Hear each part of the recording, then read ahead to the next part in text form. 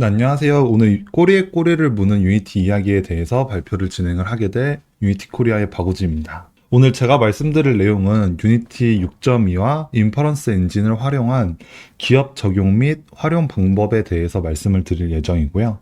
주로 말씀드릴 내용은 이제 인퍼런스 엔진이 무엇인가에 대한 내용, 그리고 이거를 이용을 해가지고 어떻게 본인들 프로젝트에 유니티 AI를 적용할 수 있는지에 대해서 소개드릴 예정입니다. 그래서 저는 유니티 코리아에서 이제 기업 대상으로 온보딩이나 아니면 기술 지원을 담당을 하고 있는 유니티 코리아의 박우지입니다. 그래서 오늘 말씀드릴 내용을 아젠다별로 조금 말씀을 드리면, 처음에는 이제 유나이트 서울, 저희가 최근에 진행한 행사가 있어요. 이 행사에서 제가 발표를 한 내용이 있는데, 그 내용이 이제 디지털 휴먼과 뉴럴 렌더링, 그리고 그 당시에는 유니티 센티스라고 불렸던 인퍼런스 엔진을 이용을 해가지고 좀 디지털 휴먼도 나오고 가상의 배경도 스캔을 하고, 그리고 이 디지털 휴먼과 인터랙션하는 그러한 프로젝트를 만들었었는데요. 그 프로젝트와 관련해서 짧게 리캡을 하고, 그 다음에 유니티 AI 베타 출시 내용을 말씀드릴 예정이고요. 그리고 나서 이제 앞선 섹션에서 유니티 코리아의 스카이님이 유니티 AI의 어시스턴트나 이제 제네레이터 관련해가지고 설명을 주셨는데, 저는 유니티 인퍼런스 엔진 관련해서 딥다이브를 할 예정입니다. 그리고 저희가 최근에 이제 고객들 대상으로 이제 방문 미팅을 진행을 하면서 사실 AI도 소개를 드리고, 그 다음에 조금 많이 했었던 부분이 사실 AI 아이디에이션 미팅을 많이 진행을 했었어요. 그래서 예를 들어서 유니티 같은 경우에는 AI 관련된 자료들이나 아니면 활용 사례들이 있지만, 고객들에서는 이제 어떻게 이걸 적용을 할까 하는 좀 우려가 많이 있었거든요. 그래서 주로 나왔던 유니티 AI 모델, 그리고 이걸 어떻게 활용할 수 있는지 활용도 높은 ML 모델을 소개할 예정이고요.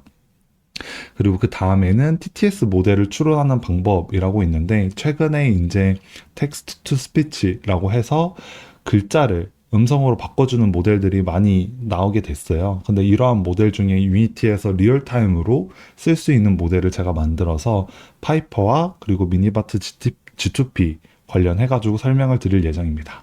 그리고 마지막으로는 이제 온보딩 및 기술 지원 소개라고 해서, 저희가 기본적으로 온보딩을 지원을 하고 있거든요. 그래서 유니티의 뭐 엔터프라이즈 라이센스라든지 아니면 인더스트리 라이센스를 구매를 하면 어떻게 온보딩을 받고 저희가 어떻게 기술 지원을 드리는지에 대해서 간단하게 소개를 드리도록 하겠습니다. 네, 그러면 유나이트 서울 2025 리캡을 진행을 해보도록 하겠습니다. 저희가 준비했었던 내용이 사실 이전부터 한국에서 많은 예제들을 만들었기 때문에, 뉴데이 때부터 시작해서 뭐 핸즈온이라든지 에서 뭐 미니 LM, 그리고 휘스퍼, 그리고 마지막으로 오브젝트 디텍션을 활용한 욜로부터 이제 유나이트까지 다양한 샘플들이 준비가 되어 있거든요. 그래서 오늘은 좀 상세한 내용보다는 전체적인 도표를 보여드리고 어떻게 진행이 됐다라는 거에 대해서 설명을 드리도록 하겠습니다. 그래서 첫 번째로 말씀을 드릴 내용이, 이제 유나이트 서울에서 제가 발표를 했었던 내용은 멀티 모달과 뉴럴 렌더링을 활용한 유니티 및 센티스 활용 꿀팁에 대해서 발표를 진행을 했었고, 저희가 데모 섹션이 있었어요. 그래서 스카이님이랑 같이 뭐 페이스 트래킹이나 아니면 포즈 트래킹, 그리고 핸즈 트래킹, 그리고 펄슨 트래킹, 이러한 부분에 대해서 데모 시연을 진행을 했었습니다. 그래서 관련된 영상이 조금 자세하게 궁금하시다 하시면은 해당 링크를 통해서 확인을 하실 수 있습니다. 그래서 제가 좀 진행을 했었던 내용은요, 지금 보시면 맨 처음에는 이제 스카이님이 만드신 디지털 휴먼 있어요. 그래서 이 디지털 휴먼 같은 경우에는 사람의 사진 한 장만을 이용을 해가지고 유니티에서 바로 고퀄리티의 디지털 휴먼을 만든 내용인데요. 간단하게 설명을 드리면, 안녕하세요. 오늘은 최신 생성형 AI 기술을 활용하여 나와 닮은 NPC를 만들어보고 RAG 기술을 이용한 대화 시스템을 구축하는 방법에 대해 배워보겠습니다. 잠깐 끊고, 지금 보시는 것과 같이 제가 프롬프트에 어떠한 메시지를 넣으면 그 메시지를 이제 이 디지털 휴먼이 말을 하고, 그 말을 하는 것과 맞춰서 이제 입모양이 변하고 표정이 변하는 이러한 모델인데요. 사실 제가 이 프로젝트를 봤었을 때 제일 조금 느꼈던 부분이, 우선은 배경이 없이 밋밋하고, 그리고 제가 뭔가 프롬프트를 쳤을 때 디지털 휴먼이 답을 해준다라는 부분에서 살짝 조금 이질감이나 아니면 개선점이 느껴졌습니다. 왜냐하면 사실 유니티라는 제품이 저희가 인터랙션을 할 수 있는 앱을 만드는 툴인데 뭔가 제가 먼저 말을 걸어야 한다라는 부분에 대해서 조금 약간 개선점이 있다라고 판단이 했고요. 그래서 제가 진행을 했던 게 우선 이제 가우시안 스플래팅이라는 부분입니다. 그래서 지금 보시는 것과 같이 저희 유니티 코리아의 22층, 오피스 22층이 있는데요. 그 22층의 오피스를 단순하게 영상을 찍은 다음에 그 영상을 한 3분 30초 정도로 만들고 그 다음에 각각의 프레임별로 한 장 또는 두 장의 사진을 추출을 해가지고 이거를 스캔을 해서 유니티에서 바로 보고 활용을 할 수 있도록 가우시안 스플래팅 세팅을 했었습니다. 그리고 나서 진행을 한 부분이 이제 그 당시에 센티스와 오픈 AI 클립 모델을 활용을 했는데요. 지금 보시는 것처럼 디지털 휴먼이 만약에 내 상태를 보고 그 상태에 맞는 답변을 하면 어떨까라는 생각이 있었어요. 그래서 지금 보시는 것처럼 제가 만약에 화면을 보고 있다라고 하면 나를 쳐다보고 있네라고 말을 걸고 아니면 제가 핸드폰으로 디지털 휴먼을 찍고 있다 하면은 사진 찍는 거야. 같이 사진 찍을까? 이런 것과 같이 디지털 휴먼이 보다 조금 인터랙티브한 형태로 발전하기를 원했습니다. 그래서 최종적으로 제가 만든 데모는 다음과 같았는데요. 한번 간단하게 설명을 드려보도록 하겠습니다. 그래서 지금 디지털 휴먼은 이미 만들어져 있어서 우측 하단에 NPC 형태로 넣고 배경 같은 부분은 와, 이제 여기 22층에서 소파 진짜 가우시안 미쳤어요. 앉으면 스플래팅을 일어나기 이용해가지고 싫어져요. 이 스캔을 공간에서 진행을 커피 했었는데요. 마시면서 지금 수다 보시는 떨면 것과 시간 같이 순삭이에요. 어떠한 지점을 놓고 화면을 멈추면 이 디지털 휴먼 NPC가 22층을 좀 탐험을 하고 그리고 가이드를 와, 해주는 냉장고가 여기 이러한 있다니 NPC를 만들었습니다. 진짜 대박이에요. 음료수와 스낵이 가득해서 언제든지 리프레시할 수 있어요. 이곳에서 꺼낸 간식으로 에너지를 충전하면 하루가 더 즐거워질 거예요. 지금 뭐 냉장고도 잘 보이는 거를 확인을 하실 수가 있는데요. 방금 설명드린 내용에 대해서 간단하게 기술적으로 말씀을 드리면 우선 오픈 AI의 클립이라는 모델을 썼어요. 근데 이 클립이라는 모델은 쉽게 말씀드리면 텍스트와 이미지를 벡터로 변환을 한 다음에 이 텍스트와 이미지가 얼마나 유사한지 이 유사도를 비교를 하는 모델이거든요. 그래서 텍스트랑 이미지를 서로 인코딩한다 라고 말씀을 드릴 수 있고 인코딩을 하면 이제 벡터로 표현을 되기 때문에 이 벡터는 서로 코사인 시밀러리티를 이용을 해가지고 코사인 각도를 통해서 이게 얼마나 이미지와 텍스트가 비교를 한지 그거를 숫자 값으로 추출을 하는 모델이다 라고 생각을 해주시면 좋을 것 같습니다. 근데 다만 이미지 같은 경우에는 사실 텐서로 변환이 되게 쉬워요. 그래서 센티스 같은 경우에는 지금 이제 인퍼런스 엔진 같은 경우에는 함수 하나를 이용을 하면 바로 텐서로 변환이 되는데 그에 반해 텍스트는 사실 이게 아무래도 텐서로 변환하는 과정이 조금 있거든요. 그래서 보통 최근에 자주 쓰이는 BP라는 바이트 페어 인코딩을 사용을 했는데요. 이 BP에 대해서 간단하게 설명을 드리면 예를 들어서 우진, 럽스, 유니티 라는 문장이 있을 때 이렇게 문장이 있으면 각각의 단어로 나누게 됩니다. 그래서 우진과 럽스, 유니티가 나눠지게 되고 그 다음에 이런 BP 같은 경우에는 딕셔너리가 뭐 제이슨 형태로 보통 저장이 되어 있는데요. 이런 딕셔너리 안에 쉽게 말씀드리면 고정된 사전이 있다라고 생각을 해주시면 되세요. 그래서 예를 들어서 러브 같은 경우에는 몇 번이고 럽스 같은 경우에는 3925번이고 유니티 같은 경우에는 8581번 이렇게 각각의 단어마다 이제 번호가 정해져 있는데요. 예를 들어서 제 이름인 우진 같은 경우에는 단어에 사전이 없으니까 우진이라는 번호는 따로 없겠죠. 그래서 여기를 보시면 럽스나 유니티 같은 경우에는 3925 그리고 8981 이렇게 나눠지게 되는데 우진 같은 경우에는 별도로 매핑이 되지 못하게 됩니다. 그래서 이 경우에 보시면 우진을 그러면 하나하나 알파벳별로 다 잘라요. 그래서 예를 들어서 W, O, O, J, I, N 이렇게 자르고 이 중에서 가장 자주 나온 패턴을 분리를 하게 되는데요. 예를 들어서 지금 W랑 O랑 엮었을 때 WO는 뒤에는 없죠. 그리고 OO 엮이면 여기는 OO가 있고 그리고 OJ, 뭐 JI, IN 이렇게 나눴을 때 가장 자주 나온 한 쌍이 사실 이응, 이응이 연속되게 자주 나왔어요. 그래서 이 OO를 하나로 묶은 다음에 더 이상 또 추가적으로 병합할 게 없으면 그 다음에 바로 딕셔너리에서 하나씩 매핑을 하는 이러한 구조로 이루어져 있습니다. 그래서 결과적으로 매핑이 되면 뭐 W 그리고 OO, JIN, loves unity가 되고 이거를 이제 리스트나 아니면 어레이 형태로 만들어 준 다음에 인퍼런스 엔진에 하나의 텍스트 인풋으로 넣어주면 됩니다. 그리고 제가 방금 살짝 말씀드렸던 부분이 이미지 같은 경우에는 되게 변환이 쉽다라고 말씀을 드렸었는데 사실 방금 BP 같은 경우에는 이 병합 규칙이라든지 아니면 머지를 할 때 머지 규칙 그리고 제이슨에서 매핑을 한다든지 이러한 부분들이 필요한데 이와 반면으로 이제 이미지는 단순하게 이제 인퍼런스 엔진에서 텍스처 컨버터에서 투 텐서 또는 텍스처 컨버터를 이용을 하면 바로 텐서형 형태로 뽑아내실 수가 있습니다. 그래서 맨 처음에 이제 제가 진행을 했었던 개념은 두 가지의 이제 문장을 생각을 해봤어요. 첫 번째는 후드를 입고 있는 사람 또는 후드를 입고 있는 여자, 남성과 여자 그리고 후드인지 아니면 티셔츠인지 이 두 가지로 나누게 되었는데요. 그런 다음에 이제 유니티 같은 경우에는 사실 되게 다양한 레퍼런스가 있어서 뭐 노트북이라든지 아니면 카메라, 뭐 컴퓨터에 붙어 있는 카메라를 활용을 해가지고 이거를 이미지를 받고 그런 다음에 유니티 에디터 화면 씬 뷰에다가 띄워놓고 이 두 가지 man wearing a hoodie 그리고 a woman is wearing a t-shirt 이 두 가지의 센텐스랑 어떤 게 더 제 이미지랑 더 유사한지 이거를 한번 확인을 했었거든요. 그랬을 때 정확하게 후드를 입고 있는 남자가 97%의 확률로 더 유사를 하다라는 것을 알 수가 있었습니다. 그래서 이게 완전 기본적인 컨셉으로 진행을 했었거든요. 그래서 그러면 마찬가지로 디지털 휴먼한테 이 정보를 인풋으로 넣어주면 이 디지털 휴먼이 내 상태를 파악을 하고 답을 줄 수 있겠구나 라는 게 초기 개념이었습니다. 오, 나를 보고 있구나. 이렇게 주목받다니 기분이 좋네. 계속 이렇게 바라봐주면 내가 더 재밌는 이야기 해줄게.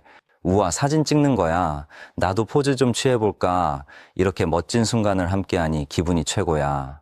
네, 그렇게 지금 보시는 것처럼 제가 뭐 커피를 마신다든지 사진을 찍는다든지 아니면은 쳐다보고 있는 부분에 대해서 인식을 확실하게 진행을 할 수 있었다라고 이야기를 드릴 수 있습니다.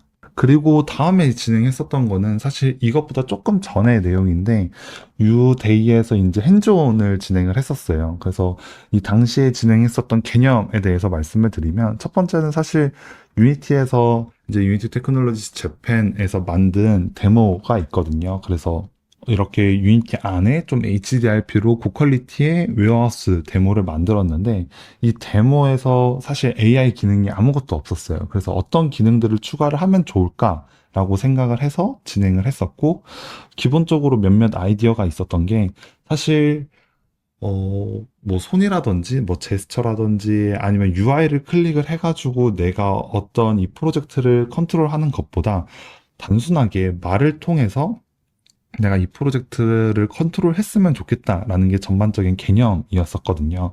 그래서 이거를 하기 위해서는 몇 가지 사전 준비가 필요한데 예를 들어서 제가 말을 했을 때 이걸 일단 텍스트로 변환을 했어야 됐어요. 그래서 휘스퍼 모델을 좀 튜닝을 해가지고 사용을 했고요. 그 다음에는 이제 미니LM이라는 모델을 사용을 했는데 아까 전에 제가 보여드렸던 클릭 같은 경우에는 이미지랑 텍스트랑 비교를 하는 모델이었는데 이 미니LM 같은 경우에는 텍스트랑 비교를 해가지고 얼마나 두 텍스트가 유사한지에 대해서 만드는 검출을 하는 머신러닝 모델입니다. 그래서 내가 어떠한 말을 했을 때 기존의 액션들을 또는 시나리오를 정의를 해놓고 내가 한 말이랑 이 시나리오들이랑 얼마나 유사한지. 그래서 예를 들어서 제가 오브젝트 뭐 디텍션 모드를 켜줘라고 하면 오브젝트 디텍션을 시작을 하고 그게 아니라면 뭐 분위기를 바꿔줘 아니면 탑뷰로 바꿔줘 이렇게 말을 하면 단순하게 말을 하는 걸로 카메라의 위치가 바뀐다든지 아니면 특정 태스크를 진행을 하는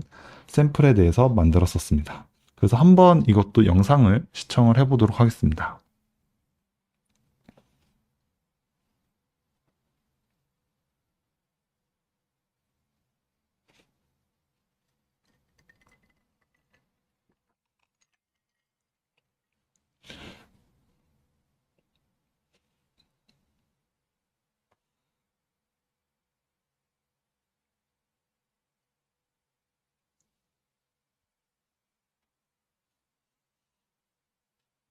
change to a top view. 지금 보시면 이제 change to a top view라고 영어로 말을 했을 때 그걸 그대로 translate 해가지고 가져오고요. 그 다음에 이제 나오는 부분이 각각의 액션들에 대해서 정의를 해놨어요. 그래서 이 액션들 중에 change to a top view가 사실 말하다 보면 뭐 발음이 잘못 나올 수도 있고 아니면 이제 기계가 잘못 이해할 수도 있고 또는 이제 유사한 문장 자체가 유사한 거를 찾아야 될 때도 있거든요. 그래서 설정한 액션들 중에 가장 유사한 게 뭔지 확인을 하고 그리고 유사도가 0.5점 이상이 되면 그 유사도의 액션을 실행을 하는 방식으로 되어 있습니다. 그래서 지금 보시는 것처럼 기존의 액션들이 만약에 이렇게 된다라고 하고 말을 하게 되면 이렇게 빨간 선으로 change to a top view가 되는 거를 확인을 하실 수가 있습니다. 그리고 만약에 오브젝트 디텍션 모드를 키고 싶다라고 했을 때도 모드 켜줘. 뭐 한국어로 물체 인식 모드 켜줘 라고 하면 방금 보신 것처럼 이제 물체 인식을 하는 모드가 켜지는 방향으로 구현을 했었고요. 지금 보시는 것처럼 원래 이제 있었던 허깅 페이스의 샘플들은 사실 어떠한 이미지나 아니면 어떠한 비디오를 넣으면 이제 그 상태에서 디텍팅을 진행을 하게 되는데 지금 보시는 내용은 순전히 만약에 이제 가상의 공장을 만들었을 때 그 공장 안에서도 똑같이 머신러닝 모델을 돌릴 수 있다에 대한 설명입니다. 네, 그래서 넘어가면 이제 유니티 AA 베타 출시가 된 부분에 대해서 말씀을 드릴 텐데요. 사실 앞서서도 간단하게 설명을 들으셨겠지만 5월 15일 날 유니티 6.2 베타가 함께 등장을 했어요. 그래서 이제 인퍼런스 엔진 관련해서 말씀을 드리면 사실 저희가 유나이트에서 행사를 진행을 했을 때도 가장 많이 의견을 받았던 게 뭐 AI 연구원 분들께서는 이제 AI 모델을 파인 튜닝 하거나 아니면 새로운 아키텍처를 만들고 이제 배포를 하는 과정이 필요하거든요. 그래서 보통 이 배포 같은 경우에는 내가 어떠한 모델을 만들었으니 다른 모델이랑 벤치마킹을 하겠다. 아니면 다른 사람들이 쉽게 사용할 수 있도록 제공을 하겠다라는 뜻인데 사실 이 배포라는 것 자체가 되게 쉽지 않아요. 왜냐하면은 개발하시는 분들 중에 맥으로 하시는 분들도 있고 아니면 윈도우로 하시는 분들도 있고 아니면 리눅스에서 진행을 하시는 분들이 있거든요. 그리고 한번 배포를 하면 그 다음에 이제 사용했던 라이브러리들의 버전이 계속 바뀌기 때문에 이러한 종속성 관련해서도 컨트롤이 쉽지 않고 GPU를 지원을 한다라고 했을 때 뭐 메타를 할 건지 아니면 엔비디아의 GPU를 쓸 건지 이러한 부분에서 또 다양한 차이가 있기 때문에 사실 멀티 플랫폼을 지원을 하는 부분이 되게 어렵다라는 피드백을 많이 받았어요. 그래서 유니티의 인퍼런스 엔진을 활용을 해가지고 많이 소위 말하는 나는 버전 관리도 힘들고 GPU 지원이 힘들어. 그래서 나는 유니티 인퍼런스 엔진을 사용을 해서 단순히 버전 관리나 GPU뿐만 아니라 모바일에서도 돌아가고 콘솔에도 돌아가고 웹에서도 돌아가고 여러 곳에서 하나의 프로젝트로 멀티 플랫폼을 지원을 하겠다라는 관점으로 많이 접근을 하고 있습니다. 그래서 대표적인 좀 장점으로는 뭐 저희가 이제 정식 패키지로 지원을 하게 되면서 이제 마이크로소프트사의 오닉스 포맷을 사용을 하고 있고요.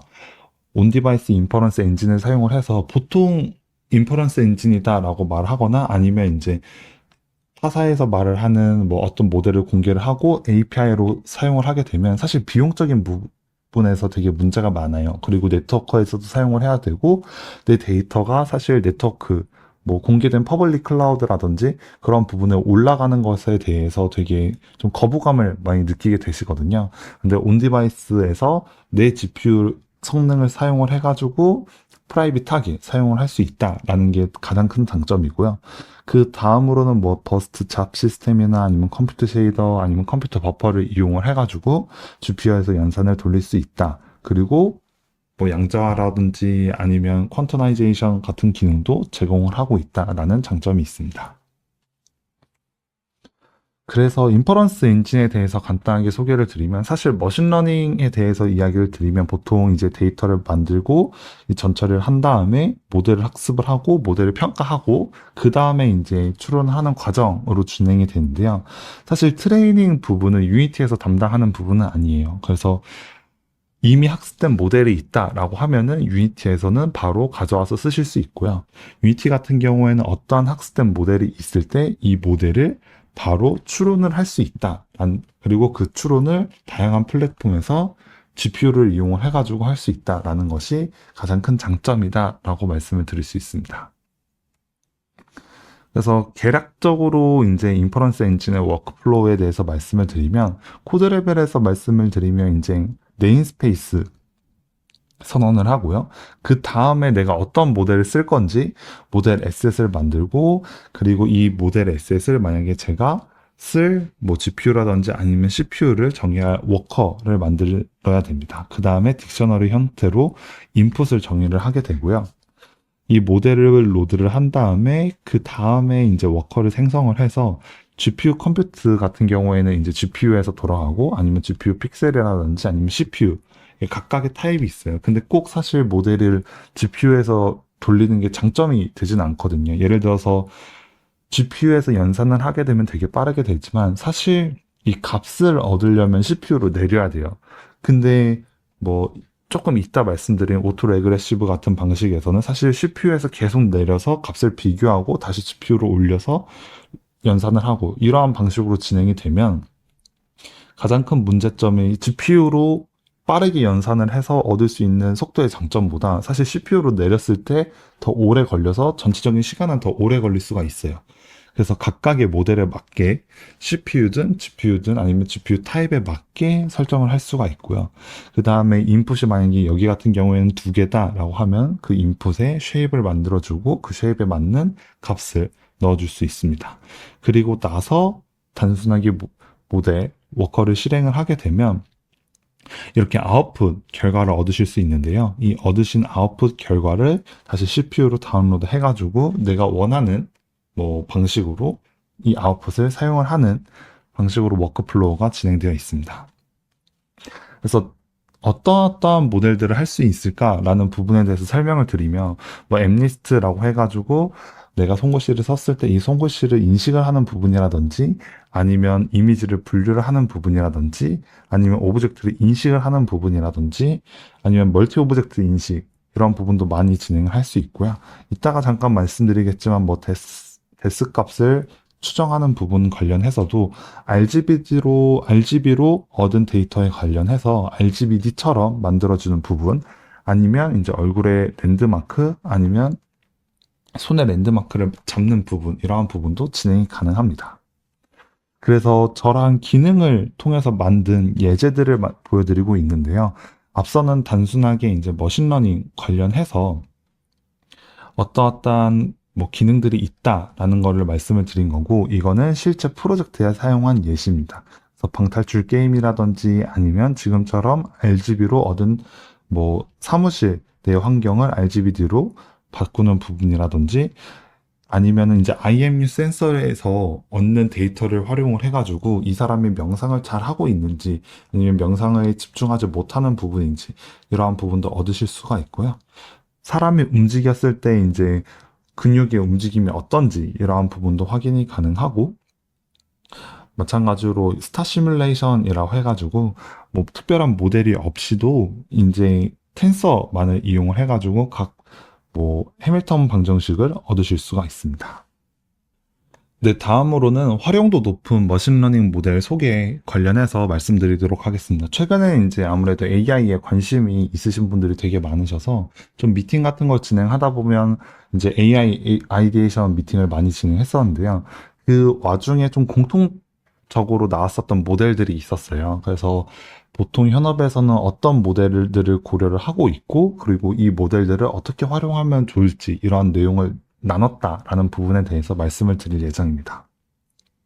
그래서 첫 번째는 이제 아까 전에 제가 말씀드렸던 모델 중에 클립이라고 해가지고 이미지랑 텍스트랑 유사도를 체크를 하는 부분도 있었고, 아니면 이제 미니LM이라고 해가지고 말을 했을 때 어떠한 액션이 실행될 수 있도록, 그래서 내가 한 말은 위스퍼로 인식을 하고, 그리고 기존의 액션들은 미리 만들어 놔서 둘의 유사도를 측정을 하는 방식들이 있었는데요. 마찬가지로 이미지끼리 비교를 하는 모델들도 많이 사용을 하고 있어요. 그래서 모바일 넷이라든지 아니면 디노, 아니면 뭐 클립의 일부분을 긁어와가지고 뭐 레지넷이라든지 많이 사용을 하고 있는데요. 이거 같은 경우에는 일반적으로는 뭐 그냥 카메라 데이터를 가지고 있다라고 했을 때는 두 개의 이미지가 얼마나 유사한지, 이러한 부분을 체크를 하실 수가 있고요. 그게 아니라고 하면 사실 인더스트리 부분에서는 CAD 파일을 되게 많이 사용을 하게 되는데요. 이 CAD 파일을 클립이랑 아니면 다른 인베딩을 활용을 해가지고 우리가 되게 많은 CAD 파일이 있는데 사실 이 CAD 파일들이 되게 유사한 경우가 많아요. 조금 되게 마이너한 수정만 가 있는데도 다른 버전이거나 아니면 다른 CAD 파일로 저장이 되어 있을 수가 있거든요.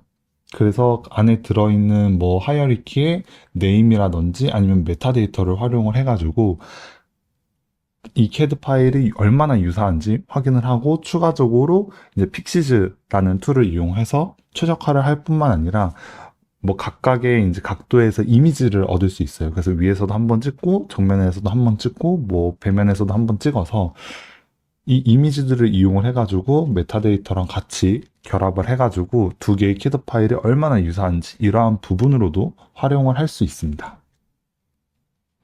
그리고 두 번째는 이제 유니티로 뭐 가상의 환경을 만들어가지고 뭐 도로주행이라든지 아니면 뭐 시뮬레이션을 진행을 하시는 분들이 많이 있으세요. 그래서 뭐 라인 트래킹이라고 해가지고 실시간으로 할 수 있는 라인을 보시는 분들도 있고 아니면은 뭐 각각이 걸었을 때 사람을 따로 세그멘테이션 한다든지 아니면 인식을 하는 부분들이 있는데요. 이러한 부분들을 진행을 했을 때 보통 시뮬레이션에서 가장 많이 진행을 하시는 부분들이 나는 딱 어떤 오브젝트를 클릭을 했을 때 이것만 세그멘테이션 됐으면 좋겠어 라는 부분들이 있어요. 그래서 모바일 샘 기능을 이용해가지고 경량화된 단순하게 뭐 여기를 클릭했을 때 이 오브젝트가 이렇게 세그멘트가 된다든지 아니면 박스 프롬프트라고 보통 표현을 하는데 박스를 그었을 때 이 오브젝트가 이제 세그멘테이션 되도록 하는 영역 분류를 위한 세그멘테이션 모델도 많이 사용이 되고 있습니다. 그래서 이게 앞서서 시뮬레이션이라고 말씀을 드렸는데 사실 유니티를 이용해서 뭐 화상회의라든지 아니면 유지보스를 진행을 하는 팀들도 많이 있거든요. 근데 그런 팀들이 화면을 공유를 하고 보통 많이 진행을 하세요. 근데 화면을 공유를 했을 때 제가 나는 이 부분에 대해서 이야기를 하고 있어를 뭐 화면을 공유를 해서 마우스 포인트를 짚는 게 아니라 단순히 클릭을 하거나 아니면 박스로 박스 프롬프팅을 했을 때 조금 더 잘 이해를 하고 아니면 이제 전달이 잘 되는 그러한 효과를 얻을 수가 있습니다. 그리고 만약에 유니티에서 뭐 디지털 휴먼을 만들거나 아니면 카메라 데이터를 계속 이용을 해가지고 말씀을 드리는 부분인데 이제 뭐 액션 클립이라든지 아니면 뭐 드라이브 액션, 리코그니션, 에이다스 이런 모델을 활용을 하면 단순히 차량 안에 있는 사람뿐만 아니라 CCTV로 만약에 어떤 데이터를 가져온다라고 하면은 이 군중들의 집합이나 아니면 이 군중들의 인식 자체도 진행을 할 수 있습니다. 그래서 보통 뭐 좀 흥미로운 프로젝트 진행하셨던 것 중에 예를 들어서 공장 안에서 어떤 사람들이 있을 때 이 사람들이 뭘 하는지 아니면 이 사람들이 뭐 위험에 처해 있는지 이런 것도 좀 체크를 하고 싶다라는 의견도 있었고요.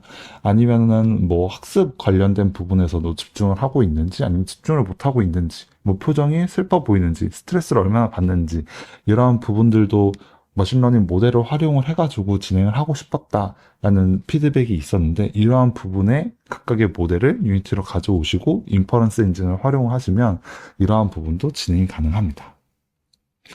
그리고 보통 이제 유니티를 활용하시는 분들 중에 이제 가상 센서에 관심이 있으신 분들이 있으세요.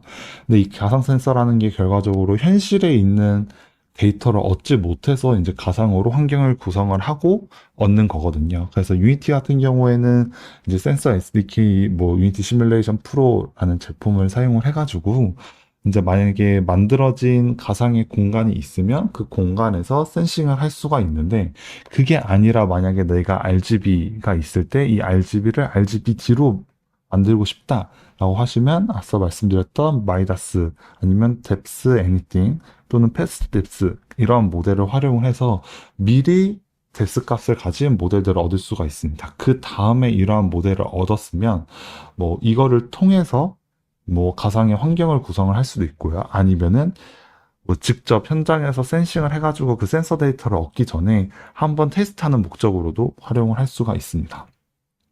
그리고 또 최근에 좀 재밌었던 아이디에이션 부분 중에 이제 모션 트래킹을 활용하는 부분이었었는데요. 사실 저희가 단순하게 지금 보여드리는 거는 뭐 손바닥에 이 핸즈의 포즈에 따라서 뭐 VFX라든지 아니면 랜드마크가 움직이는 부분에 대해서 말씀을 드리게 됐는데 사실 이러한 부분이 아니라 제가 만약에 손을 움직이거나 했을 때 UI 또는 어떤 오브젝트 컨트롤도 할 수 있어요. 그래서 이러한 부분으로 진행되는 지금 프로젝트들이 있는데, 사실 뭐 공장이라든지 아니면 건설 작업에서 이제 유니티로 그리고 태블릿으로 만약에 건설 작업자가 어떠한 이 건물이 올라갔을 때 어떻게 될지 이러한 부분을 확인을 하고 싶다 해가지고 태블릿을 사용을 하게 되면 사실 태블릿이 오염이 되는 문제가 많이 발생을 해요. 그래서 태블릿을 뭐 터치 UI 방식으로 터치를 해가지고 뭐 기능들을 추가를 하거나 아니면은 비주얼라이제이션을 진행을 하면 쓰다 보면 나중에 태블릿이 되게 막 낡거나 아니면 뭐 모래나 먼지가 자주 끼는 문제가 발생을 하는데, 여기에 일환으로 만약에 태블릿 위에 손의 포즈를 잡아서 내 손 움직임으로 이 태블릿을 컨트롤 할 수 있으면 되게 좋을 것 같다라는 아이디어도 나왔었거든요. 그래서 이러한 방식으로 되게 여러 부분에서 인퍼런스 엔진이랑 그리고 머신러닝 모델들이 활용이 되고 있습니다. 그리고 제가 이제 거의 마지막으로 준비한 내용은 TTS 모델을 추론하는 방법에 대해서 설명을 드릴 예정인데요. 앞서 잠깐 말씀드린 디지털 휴먼 같은 경우에는 사실 11labs라는 API를 활용을 했어요. 근데 이 API를 활용하는 방식이 물론 매우 쉽고 그리고 빠르게 테스트를 해볼 수 있다라는 장점은 있는데, 사실 지속적인 인터넷 연결이 필요하게 되고, 유니티로 앱을 만드시는 분들이 가장 많이 느끼시는 부분이, 나는 이 앱을 만들어서 뭐 팔 거야? 아니면은 이 앱을 많은 사람들이 사용을 했으면 좋겠어 라는 방식으로 앱을 만드시게 되는데, 사실 나는 프리 또는 아니면 소과금 형식으로 앱을 만들어서 배포를 하게 됐을 때 이런 API를 넣으면 이 API를 사용을 하는 비용은 다 이제 개발자가 부담을 해야 되는 좀 단점이 있습니다. 그리고 개인정보 유출 문제에서도 사실 좀 자유롭지 않은 것이 사실이에요. 그래서 이번에 제가 만든 예제는 온 디바이스에서 리얼타임으로 쓸 수 있는 텍스트 투 스피치 모델을 만들었다라고 생각을 해주시면 될 것 같습니다. 그래서 TTS에 대해서 간략하게 소개를 드리면, 이 텍스트 투 스피치는 텍스트를 입력으로 받아서 자연스러운 음성을 생성하는 기술이고요. 요즘에는 이제 다중화자 음성을 생성 지원이라고 보통 표현을 하는데, 보통 여러 화자가 이 말을 하는 것처럼도 음성을 생성을 할 수 있다. 그리고 하나의 모델로 여러 음성도 합성을 가능하다라고 말씀을 드리고 있습니다. 그래서 쉽게 말씀드리면, 제가 어떤 텍스트 인풋을 치면 그 텍스트 인풋이 여러 보이스로, 뭐 남자 보이스가 될 수도 있고 아니면 뭐 여자 A, 여자 B, 여자 C 이런 보이스로도 만들 수가 있고요. 그걸 이제 다중화자로도 만들어가지고 좀 자연스럽고 여러 사람이 이야기하듯이 음성을 생성을 할 수가 있습니다. 근데 이거를 하시기 위해서는 이제 G2P라는 개념이 나와요. 그래서 쉽게 말씀드리면 철자와 발음을 매칭을 하는 모델인데요. 사실 이게 정확히 말씀드리면 모델은 아니고 라이브러리 방식으로 만들어져 있어요. 그래서 보통 파이썬 같은 경우에는 어떠한 뭐 영문이라고 말씀을 드리면, 영문 텍스트를 인풋으로 넣으면 그거를 이제 아웃풋으로 G2P가 이제 돌아서 얻게 되는데요. 쉽게 말씀드리면 뭐 유명한 좀 영상 중에 yes, yes라고 하면 yes라고 저희가 발음을 하잖아요. 근데 어떤 여성분이 남편분한테 그러면 yes 앞에 e를 붙여봐 라고 물어보자 그분이 이제 es라고 발음을 하시거든요. 근데 사실 보통 EYES는 저희가 eyes라고 발음을 하잖아요. 그래서 영어도 그렇고 한국어도 그렇고 사실 철자와 발음은 다릅니다. 그래서 맞아라는 부분도 이걸 그대로 맞아라고 하지 않고 발음할 땐 맞아라고 보통 발음을 하듯이, 이러한 철자랑 이제 발음이 다른 부분에 대해서 쉽게 말씀드리면 발음 기호를 만들어주는 거를 이제 G2P라고 이야기를 하는데요. 조금 알아주시면 좋을 게, 사실 문맥 심사에 따라서 발음이 조금 달라질 수가 있어요. 그래서 예를 들면 뭐 USE 같은 경우도 이걸 동사로 쓰냐 아니면 목적으로 쓰냐에 따라서 use가 되기도 아니고 use가 되기도 하거든요. 그래서 이러한 라이브러리들이 많이 있는데, 사실 머신러닝 모델이 되게 많아지면서 이 G2P를 만들어주는 ML 모델도 있어요. 그래서 음성 합성을 위해 저는 이제 G2P의 머신러닝 모델을 활용을 하게 됐고요. 다만 여기에서 한 가지 말씀드릴 부분이 이제 IPA랑 이제 아르파벳이라는 부분이 있는데, IPA 같은 경우에는 이제 유니코드 기반의 발음 기호를 라고 생각을 해주시면 되시고, 아르파벳 같은 경우에는 영어 발음을 위해 개발된 기호 시스템이다 라고 이해를 해주시면 될 것 같습니다. 그래서 보통 TTS가 IPA를 받는 것도 있고 아니면 아르파벳을 받는 것도 있는데, 사실 이 두 개는 어느 정도 서로 상호 매핑이 가능해요. 그래서 저 같은 경우에는 처음에는 이제 아르파벳으로 만든 다음에 이거를 IPA로 변환을 해가지고 다시 TTS에 넣어줬다라고 생각을 해주시면 될 것 같습니다. 그래서 이 G2P는 별도의 라이브러리를 쓰진 않고 인퍼런스 엔진에서 시스코 AI의 미니바트 G2P를 사용을 했고요. 이거 같은 경우는 기존의 미사키나 아니면 이스피크를 대체를 한 모델이다라고 생각을 해주시면 되세요.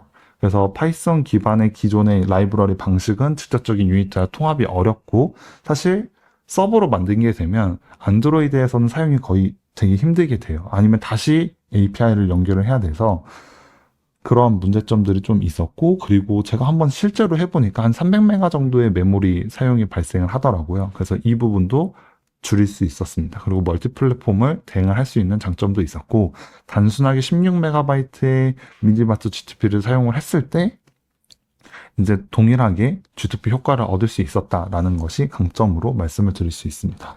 그리고 다만 이 미니바트 G2P 같은 경우에는 오토레그레시브한 모델이기 때문에 지금 우측에 보시는 것처럼 이제 처음에 시퀀스를 넣어주게 되면, 예를 들어서 0과 2를 넣으면 0, 2, 35가 나오고, 그 다음에 0, 2, 35, 1, 2, 12가 나오고, 그 다음에 0, 2, 35, 12, 44, 그리고 0, 2, 35, 12, 44, 59 이렇게 계속 하나하나씩 토큰을 추가하는 과정으로 이제 디코더에서 아웃풋을 얻을 수 있다라는 점을 조금 강조드릴 수 있을 것 같습니다. 그리고 결과적으로 이렇게 제가 어떠한 텍스트를 넣었을 때 지금 미니바트 G2P를 통해서 이 단어를 결국에 발음하는 기호로 바꾸게 되었는데요. 이 파이퍼라는 모델 같은 경우에는 49개 이상의 모델을 언어를 지원을 해요. 그리고 단순하게 40개국의 언어를 지원하는 것뿐만 아니라 다양한 음질을 선택을 가능하거든요. 그래서 X로부터 시작을 해가지고 뭐 미디움 아니면 뭐 하이 이렇게 버전이 되고, 각각의 하이 안에서도 되게 많은 보이스 타입들이 있어요. 그래서 아까 말씀드렸던 뭐 남자, 여자, 뭐 동화책처럼 있는 거 아니면 뭐 뉴스처럼 있는 이러한 다양한 보이스들이 있어가지고 저는 파이퍼를 활용을 하게 되었고요. 인퍼런스 엔진에 또 어싱크라는 이제 비동기 처리 방식이 있어요. 그래서 이게 단순하게 모델을 비동기로 처리를 할 수도 있고, 마찬가지로 이제 값을 얻을 때 CPU로 내릴 때도 비동기로 처리를 할 수가 있거든요. 그래서 제가 처음에 이제 비동기로 처리를 하지 않았을 때는 사실 딜레이가 좀 있었어요. 그래서 실행을 했을 때 거의 한 10프레임 정도 나오는 한 100ms 가까이 이제 한 번에 이제 피크가 됐었는데, 이거를 이제 어싱크 방식으로 진행을 하게 되어서 이제 완전 리얼타임으로 진행을 할 수 있었다라는 부분에 대해서 말씀을 드리고 있습니다. 그래서 샘플의 경우에 GitHub에서 확인을 하실 수가 있고요. 제가 한번 직접 UI를 만들어 가지고 진행을 한 결과를 보여드리도록 하겠습니다. Living with animals is believed to significantly influence our immune system, potentially lowering the risk of allergies, eczema, and even autoimmune diseases. Living with animals is believed to significantly influence our immune system, potentially lowering the risk of allergies, eczema, and even autoimmune diseases. 제가 지금 보여드리는 게 어떠한 UI 안에서 미국 발음 방식이라든지 아니면 영국 영어 방식, 발음 방식을 선택을 하고 각각의 화자를 선택을 했었을 때 단순하게 뭐 엔터를 누르거나 아니면 특정 입력을 하면 여기 있는 텍스트를 읽어주는 방식이거든요. 근데 지금 보시는 것처럼 전혀 딜레이 없이 한 10ms에서 15ms 이내로 TTS가 실시간으로 이루어지는 것을 확인을 하실 수가 있습니다. 네, 그리고 마지막으로 이제 매점을 드릴 부분이 이제 온보딩 및 기술 지원 소개 부분인데요.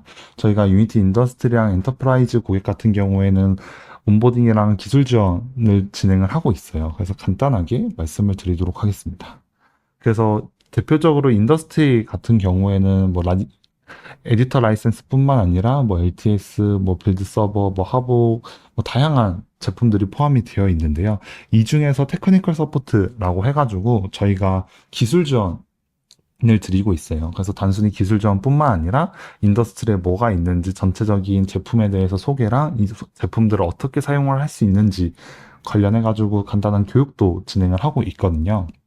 기술 지원을 받게 되면 이 서포트 포탈을 통해서 티켓을 제출을 하실 수가 있는데, 제가 오늘 말씀드린 유니티 인퍼런스 엔진 관련해서는 이제 엔진 서포트 안에서 클릭을 해주신 다음에 뭐 문의 등록을 해서 이제 관련된 내용을 이제 잘 설명을 주시거나 아니면 샘플 프로젝트를 저희한테 전달을 주시면 저희가 뭐 기술 지원 레벨에 맞게 관련해서 리서치를 하거나 아니면 코드를 보고 아니면 이게 유니티나 인퍼런스 엔진의 버그인지 버그가 아닌지 확인을 한 다음에 고객분들께 티켓으로 답변을 드리고 있습니다.